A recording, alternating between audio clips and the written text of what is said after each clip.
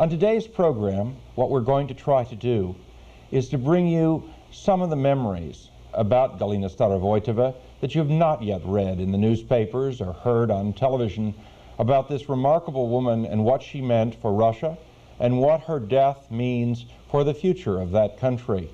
I'd like to begin with our first guest, David Satter, who will talk about his reminiscences of Galina Starovoitova. One evening I remember in particular, she and I went to the home of Senator Carl Levin, who from Michigan. He had asked Galina to come and talk with a number of other U.S. senators about the situation in Russia, and she asked me to come with her. And this was immediately after the October 1993 events in which the Russian parliament was dispersed by force. And we discussed with the senators present the future of Russia. And one thing I remember very clearly is that although she and I agreed on a critical point, which was that Russia's problem is a moral problem before it's an economic problem. And we also agreed that this was something that Americans had a very difficult time understanding. They're much more accustomed to thinking in terms of economic categories. But we diverged in one important respect, which now is sadly, I recall with great sadness, is that she was much more optimistic about the future of Russia than I felt at that point. She felt that once some of the problems which had appeared in 93, 92 were sorted out, that Russia had a bright future. And perhaps that played a role in her decision to go back there and to make a political career. About 3.5 years ago, when Galina came here, I come home one evening, and I get a message on my answering machine. Hi, this is Galina Starovoitova, hope you remember me. If you want to call me, here's my number. I just sat down, my jaw dropped, because it's been about 15 years. So I called her and she said, oh, hi, I didn't know you were in Washington. Somebody gave me your book and I realized that you are here, so I got your number and here I am. So what are you doing here? I came to the Peace Institute, she said, to write. I'll be here for quite a while, but I want to see you. It was wonderful. So we spent about an hour on the phone catching up on things and forming a mutual admiration society, because I was following her career, obviously, in Moscow, in newspapers and whatever. She's been following my story in the United States. So all said and done, we decided that I am going to pick her up the next day and we'll come home and have a very late lunch, because she had a sort of a dinner commitment with a lecture or whatever.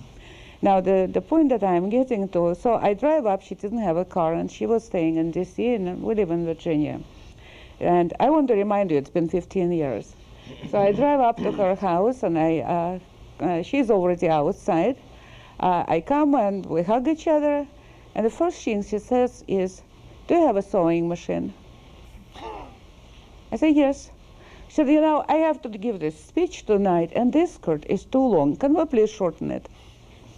So we go to my home, and the reason this little story sort of sticks in my mind all the time, that it was the quintessential Galina, absolutely quintessential Galina, straight to the point. Marjorie, Mandelstam Balzer, please. I've known Galina Starovoitova also for a while. Before she became a famous politician. I'm a cultural anthropologist, and we knew each other as colleagues first and then friends. In about 1984, we landed on a train in a single compartment together from Moscow to Kiev, going to an Academy of Sciences conference on ethnic conflict, although of course it wasn't called that in those days. It was called ethnic processes. And we had a marvelous amount of time together. We were just the two of us in the compartment. We'd managed to finagle this a little bit, even though the authorities were a little looking askance at the idea that an American and a Soviet would room together. Galina had a marvelous potential, and indeed fulfilled this potential almost all the time for curiosity and love of talking to people and finding out what they were about. So I became an ethnographic subject of inquiry to her questions, and she bombarded me about my own life. And of course, I tried to give as well as I took, and I took as well as I gave, and we had a marvelous exchange. She did the same thing several years later when she first came to the United States and had already become a politician. We'd seen each other a number of times in both countries, but in '93, I think, she was living with us for the first time for about a month in our house and was doing somewhat the same thing. She was learning English and learning everything she could about the United States and asking all sorts of questions, and came to Thanksgiving dinner and pretty much had our Thanksgiving dinner as an ethnographic experience. Vasily Akseynov, how do you remember Galina Starovoitova? I saw her first time at the mass rally near the White House in Moscow. It was the first anniversary of the August revolution, so that was 1992. And the spirit of that revolution, of this really unforgettable days and nights, was already vaporizing. Russians usually, actually are rather quite cynical people, you know. Yeah, they have short memory and they are easy to forget everything heroic.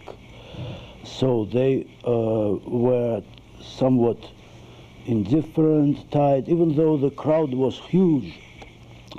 And so it started raining and everybody was really down, you know.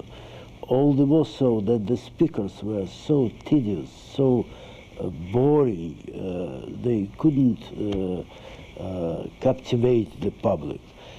Until the Galina took the floor, and that was on the high podium over the crowd. And she started speaking slowly, but stronger and stronger every moment. And all of a sudden, the crowd rekindled, and it was captivated, really. Olga Printseva. I remember Galina Starovoitova in the beginning of so-called perestroika time in Moscow. And we were, all of us, we were so excited about what's going on around that it's practically the cross-section of society that time has been changed dramatically. And all, you know, all of us just mixed together. And she was so fascinating about this.